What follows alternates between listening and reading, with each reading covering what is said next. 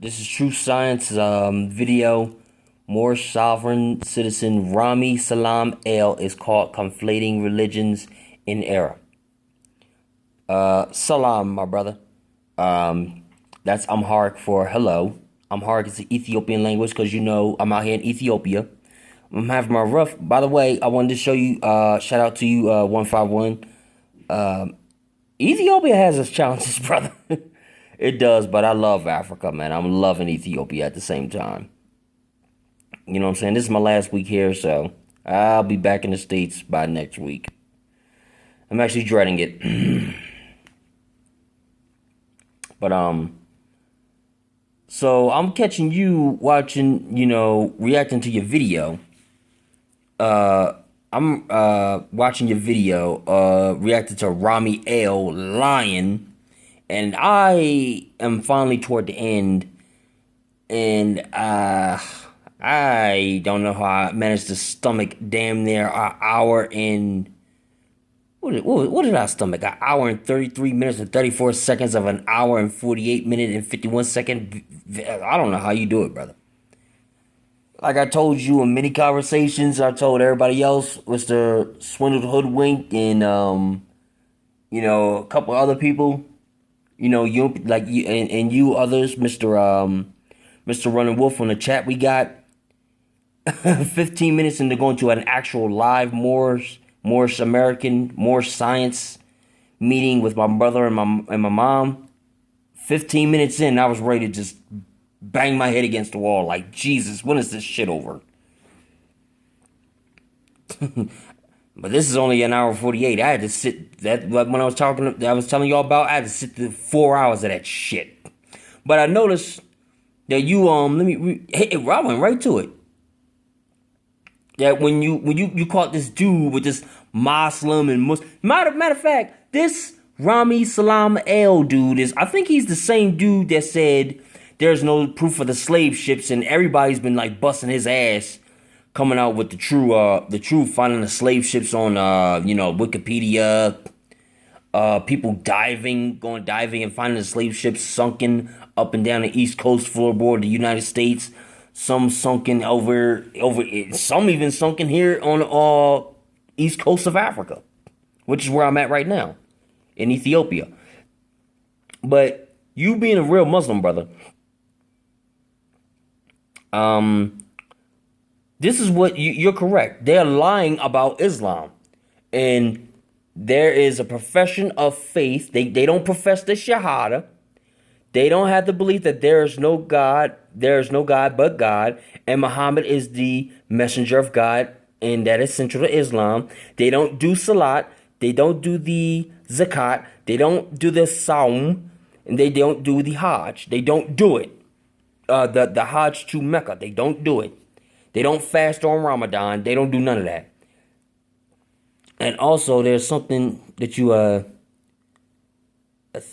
did I go to it? Oh, no. This dude lying about the Muslim and all that. And it's a believer of the Mohammedan faith.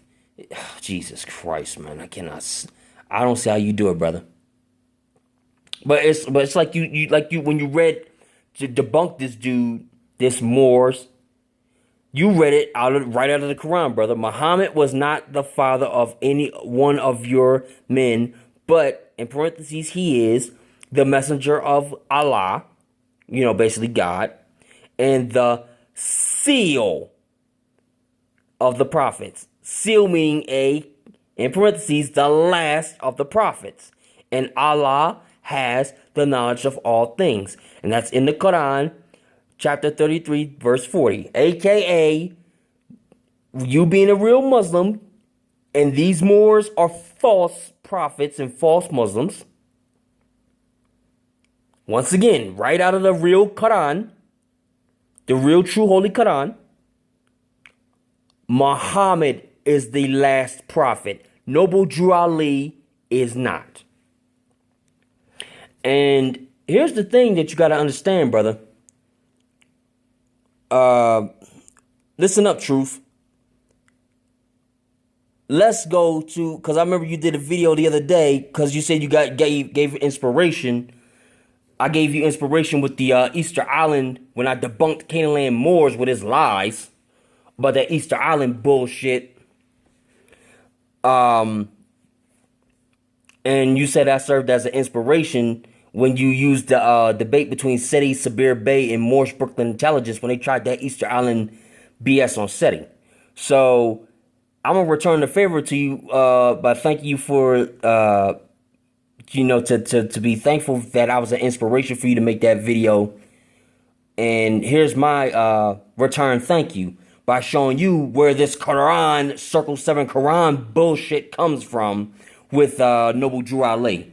Now let's go to Uncle Seti, and let me show you how this is nowhere near. This is the Circle 7 and where it comes from, the Aquarian Gospel of Jesus the Christ. It is not even from the Quran, brother. So if you're angry, you being a real Muslim at the Moors, in the Moorish Science Temple and all that, or the Moorish Science, you have every right to be, because they're not even taking from the Quran if they want to be so-called Muslim or Muslim. They're stealing from a Bible that's not even from the Bible. But let's see what let me show you what Uncle Seti got to say, man. Let me show you what the general got to say. Let's deal with the fact that the Circle 7 Quran is a plagiarized version of the Aquarian Gospel of Jesus the Christ. Fair use, Uncle Seti. By Levi. Let's deal with that fact. This book, the Aquarian Gospel of Jesus Christ, was copyrighted in 1907. You understand what I'm saying? 1907. The Moorish Science Temple wasn't established until 1913.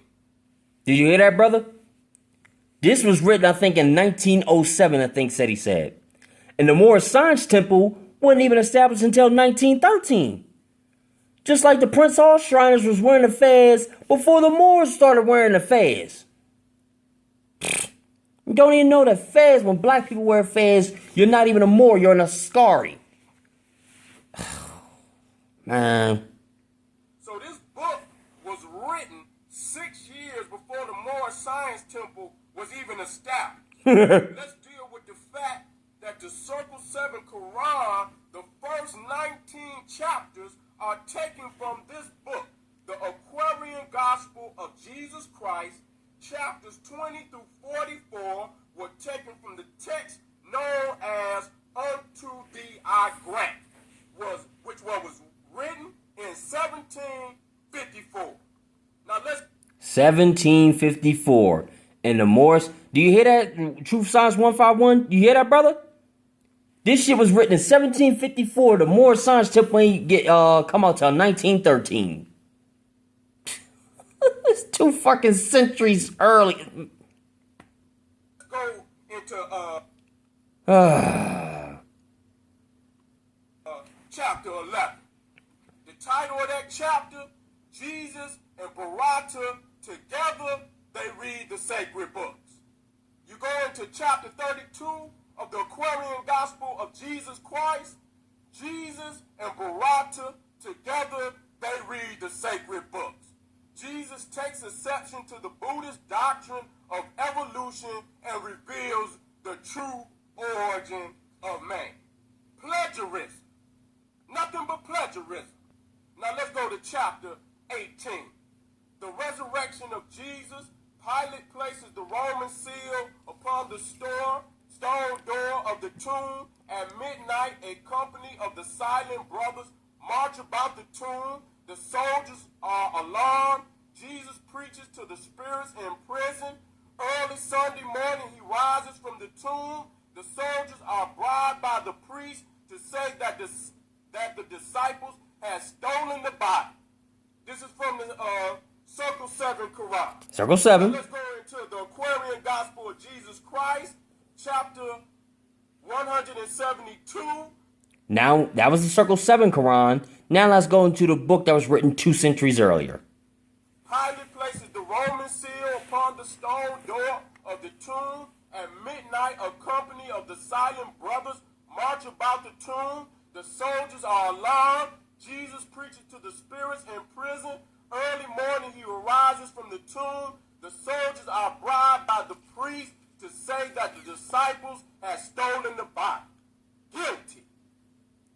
Busted. See that, brother? That's not from the Quran. That's from the Circle 7 Aquarian Gospel to Jesus Christ. That's not from the Holy Quran of Muhammad.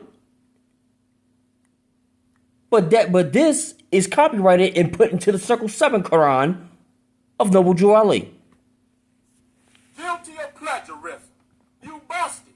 Anybody out there that is listening to this video, if you get a Circle 7 Quran and get an Aquarian Gospel of Jesus Christ, you can do this research. You can do this research. Let's go to chapter 4. Death and Burial of Elizabeth. Manetho's Lesson. The Ministry of Death. Let's go into the Aquarian Gospel of Jesus Christ. Now I cut this, the top of this chapter is cut off. But if you get the book, you can go in and verify exactly what chapter it is. Death and Burial of Elizabeth. Manetho's Lessons. The Ministry of Death. The Mission of John. Institution of the Rite of Baptism. Manetho takes John to Egypt and places him in the temple at Sakawa, where he remains 18 years. You see, he cut that off. See, he cuts that off. He don't teach how all of this describes John the Baptist, Jesus, Abraham. When he says he cut that off, he's talking about how Noble Drew Ali cut this part off from the Aquarian Gospel, then put it into the Circle 7 Quran. According to the Aquarian Gospel of Jesus Christ, all of them got their knowledge in Egypt. You understand what I'm saying? He's plagiarizing. He's cutting off portions of the title, giving you bits and pieces, but he is plagiarizing. Ain't no damn doubt about that. I gave you the references, and anybody out there can go behind me and do that research. Now, let's go into chapter 17. Jesus appears, fully materialized before Apollo and the Silent Brotherhood in Greece, appears to Claudia and Juliet on the Tiber near Rome, appears to the priests in the Egyptian temples at Heliopolis. Go into chapter 107. I meant to go back. I'm sorry, I paused the video. But I wanted to say that they plagiarized that. That was the Circle 7 Quran. Now here is the Aquarian Gospel. Another script, another writing, and you do not give before Apollo and the Silent Brotherhood in Greece appeared. Jesus appears fully materialized before Apollo and the Silent Brotherhood in Greece, appears to Claudius and Juliet on the Tiber near Rome, appears to the priests in the Egyptian temple at Heliopolis. Guilty. See? They copied that from the Circle 7. The Circle 7 copied their scriptures from the Aquarian Gospel of Jesus Christ. So, brother, half of the stuff that they wrote in the Circle 7 Quran ain't even from the actual Quran. It's from the Aquarian Gospel of Jesus Christ. It ain't even from the Bible. Plagiarism. Do the research. See what lie they come up with then. They talking about all that Noble Drew Ali brought. He plagiarized. Anytime you take from another script, another writing, and you do not give a reference to the author of the original writing, that is plagiarism. Guilty. Now let's go to chapter 16. Final effort. This is in a more science temple. To release Jesus fails. He washes his hands in feigned innocence, delivers Jesus to the Jews for execution. The Jewish soldiers drive him to Calvary. Now let's go into the Aquarian Gospel of Jesus Christ. Chapter 168. Pilate's final effort to release Jesus fails. He washes his hands in feigned innocence, delivers Jesus to the Jews for execution. The Jewish soldiers drive him to Calvary. Guilty of plagiarism. You're guilty. Now let's go into chapter 55. Let's go into chapter 55. Things that he left out. Jesus passes the 7th brotherhood test, and in the purple room of the temple receives the 7th, the highest degree, the Christ. He leaves the temple a conqueror. This is in Egypt. This is in Egypt. This is where he receives his 7th, the highest degree of Christ. He receives it in Egypt. In Africa. Why is this not taught? Let's go into chapter 54. That gives the clear reference of what I'm talking about. In the Aquarian Gospel. Jesus becomes a private pupil of the Hierophant and is taught the mysteries of Egypt. In passing the 7th test, he works in the chamber of the dead. In Egypt, not Canaan, not Mecca, not Morocco, not America, Egypt is where he receives his degree of Christ. Why the hell that ain't brought out? Plagiarism.